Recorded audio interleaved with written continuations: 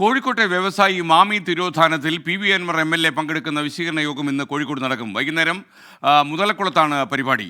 മാമി തിരോധാനവുമായി ബന്ധപ്പെട്ട കൂടുതൽ വിവരങ്ങൾ ഈ യോഗത്തിൽ വെളിപ്പെടുത്തുമെന്ന് പി.വി. അൻവറിൻ്റെ മുന്നറിയിപ്പുണ്ട്. ദീപക് തർമ്മടം വീണ്ടും ചേരുന്നു കോഴിക്കോട് നിന്ന്. ദീപക്, വിശദാംശങ്ങൾ.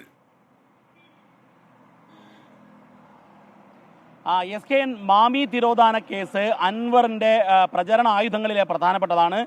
മാമിയുടെ കുടുംബത്തെ അൻവർ കണ്ടിരുന്നു.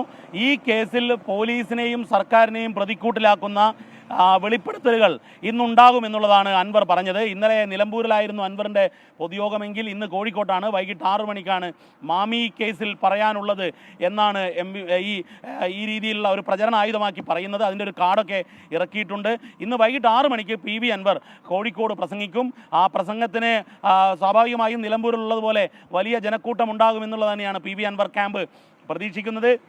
പ്രത്യേകിച്ചും മാമി തിരോധാന കേസ് ആക്ഷൻ കമ്മിറ്റി ഈ കാര്യത്തിൽ അൻവറിനൊപ്പമുണ്ട് എന്നുള്ളതാണ് പ്രധാനപ്പെട്ട കാര്യം. പക്ഷേ ഈ കേസുമായി ബന്ധപ്പെട്ട് ADGP MR Ajith Kumar, Malappuram SP ശശിധരനായിരുന്നു ആ കേസിൽ പ്രത്യേക അന്വേഷണ സംഘത്തിൻ്റെ ചുമതലക്കാരൻ.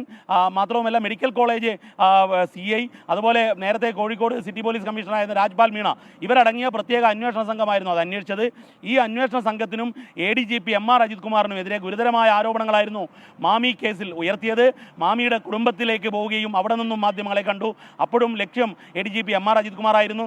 സ്വാഭാവികമായും ഇന്നത്തെ പ്രസംഗത്തിൽ പോലീസിനെയും ആഭ്യന്തര വകുപ്പിനെയും പ്രതിക്കൂട്ടിലാക്കുന്ന വലിയ വെളിപ്പെടുത്തലുകൾ ഉണ്ടാകുമെന്ന് നമുക്ക് പ്രതീക്ഷിക്കാം. പക്ഷേ മറ്റൊരു കാര്യം, SKN ADGP DGPക്ക് നൽകിയ മൊഴിയിൽ 11 വിഷയങ്ങളിൽ ഒരു വിഷയം മാമി കേസ് ആയിരുന്നു എന്നുള്ളതും ഈ കാര്യത്തിൽ ശ്രദ്ധേയമാണ്. ഏതായാലും ഇന്ന് അൻവർ വലിയ ആക്രമണം സർക്കാരിന്, ആഭ്യന്തര വകുപ്പിനെതിരെ അഴിച്ചുവിടുമെന്ന് ഉറപ്പാണ്. SKN.